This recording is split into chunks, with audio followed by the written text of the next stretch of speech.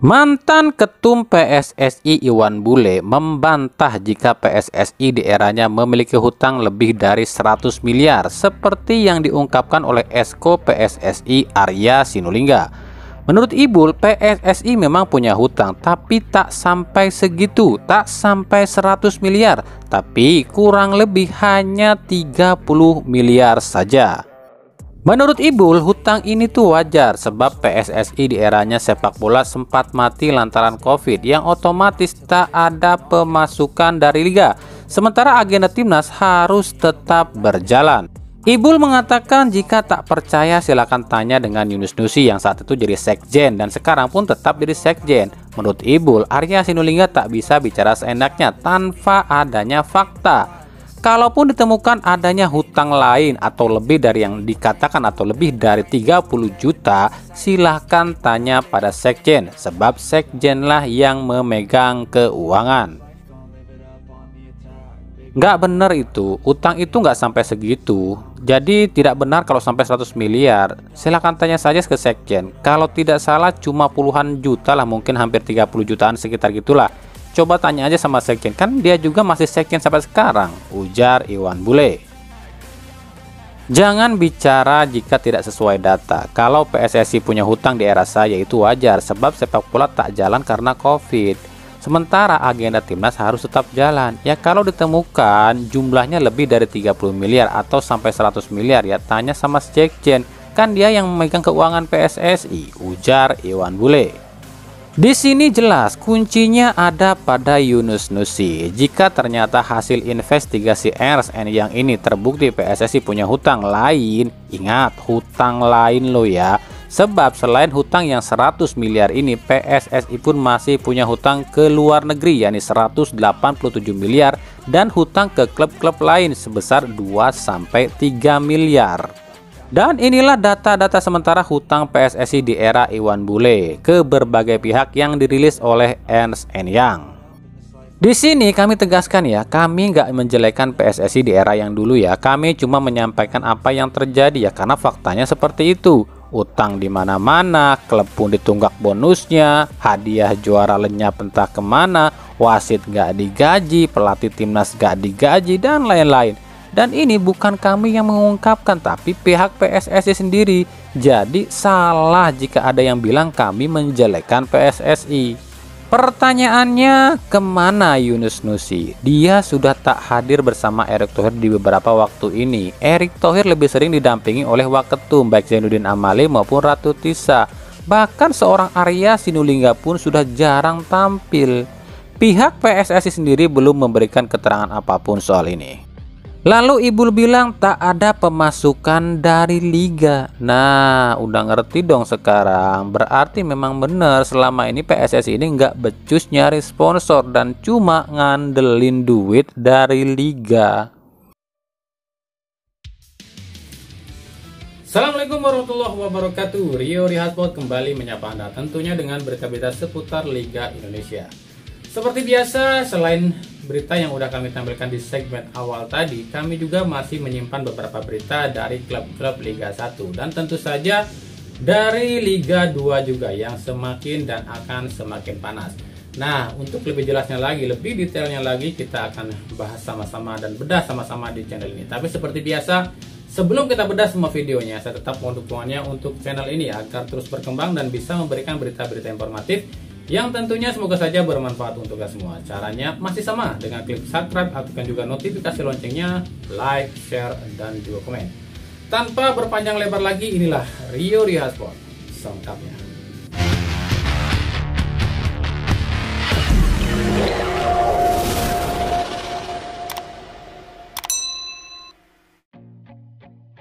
Oke, ini ada yang nanya soal apa sih pemain abroad dan apa sih itu diaspora. Oke, kita jelaskan dikit aja ya.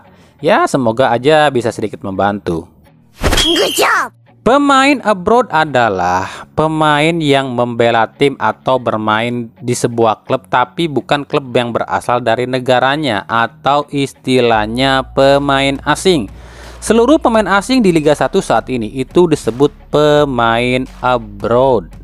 Tapi kenapa justru sebutan ini tuh lebih sering disematkan pada pemain Indonesia yang bermain di luar negeri? Ya emang betul dong, pemain Indonesia yang main di luar negeri kan disebutnya abroad, soalnya mereka nggak main di Indonesia. Nah, itu penjelasan pemain abroad. Lalu apa itu diaspora? Dalam Kamus Besar Bahasa Indonesia, diaspora itu artinya penyebaran kelompok agama atau etnis dari tanah air mereka, baik dipaksa maupun sukarela. Terus hubungannya dengan sepak bola apa?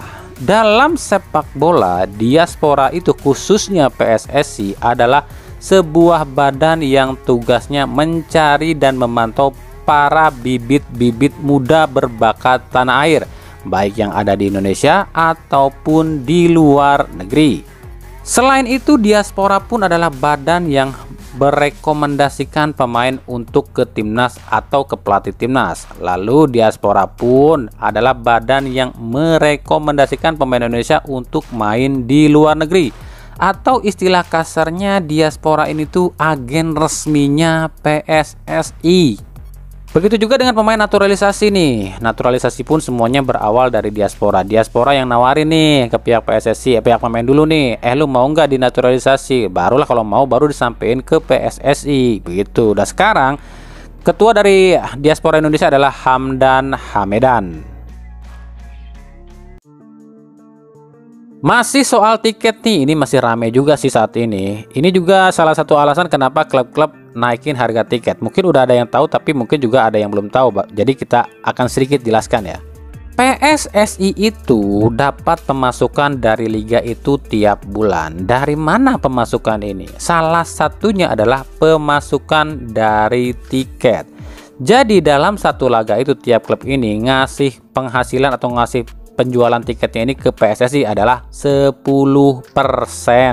Contoh di pekan pertama lalu nih, kita hitung aja yang paling banyak penontonnya itu adalah Persija Jakarta dengan 37.438 penonton. Nah, jika harga tiket Persija yang paling murah itu 75.000 dikalikan 37.438 penonton ya sama dengan sekitar 2,8 miliar. Ingat, ini cuma dihitung dari harga tiket termurah dan jika semua yang masuk ke stadion itu pakai tiket resmi loh ya. Nah, 2,8 miliar ini jika dibagi 10% ke PSSI itu artinya sama dengan 280 juta yang masuk ke kantong PSSI, dan jumlah ini bisa lebih gede tergantung jumlah hasil yang didapat klub. Kalau jumlahnya penjualan tiketnya lebih gede ya bayar ke PSSI-nya lebih gede. Dan PSSI ini nggak ngitung berapa banyak tiket yang dijual, tapi berapa banyak penonton yang hadir. Contoh di Persija kemarin tuh 37.438 penonton. Itu yang dicatat PSSI ya penontonnya, itu bukan masalah tiketnya berapa yang kejual. Kan nggak semua dari 37.438 orang ini semuanya beli tiket asli. Bahkan ada yang nggak pakai tiket. Bayangin kalau tim Rans atau Dewa United yang notabene pendukungnya sedikit. Contoh, Rans pendukungnya cuma 1.000 yang tercatat di stadion. Sementara dari 1.000 orang ini cuma 600 yang beli tiket asli. Ya otomatis klub tekor dong.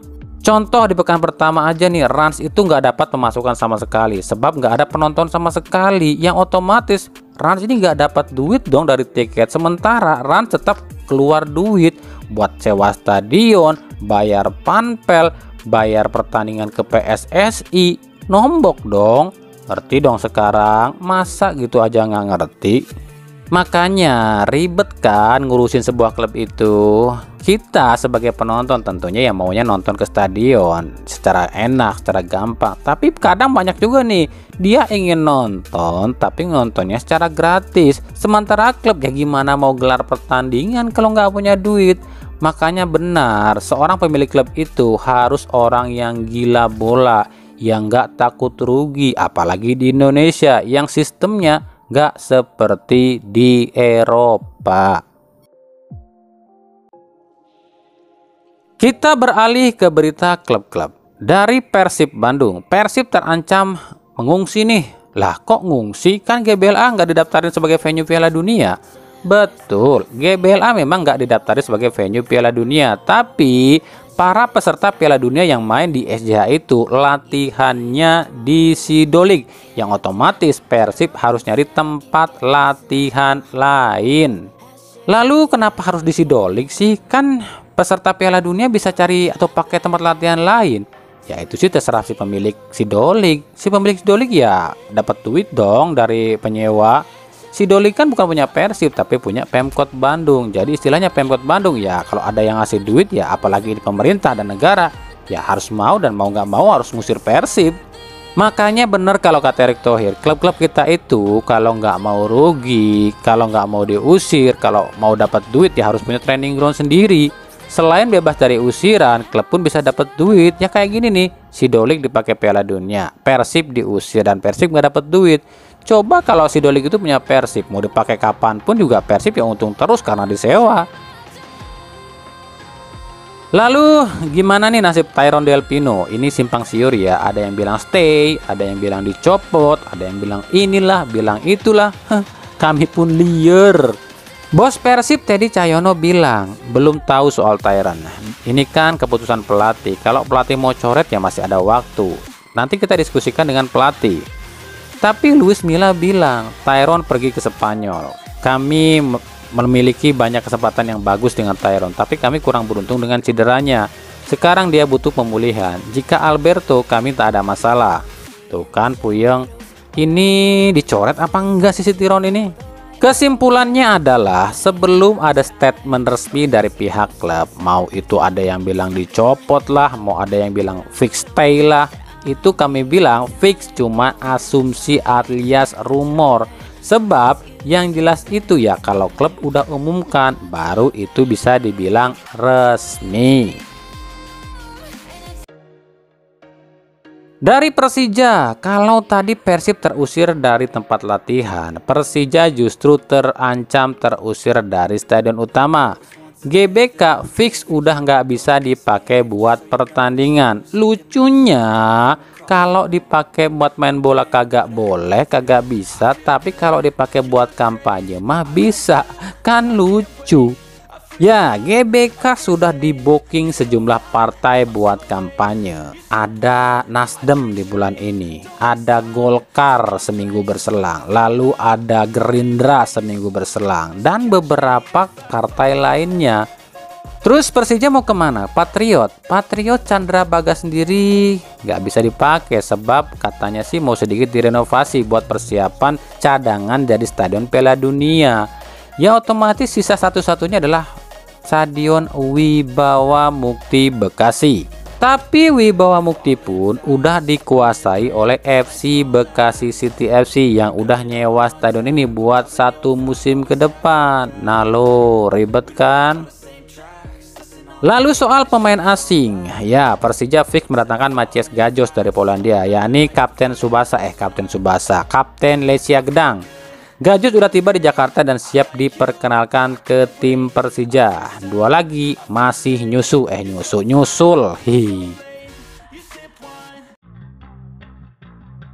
Dari Persebaya, pihak Persebaya masih menunggu sanksi apa yang akan diberikan pada wasit Thorik Alkatiri saat laga Persebaya versus Barito.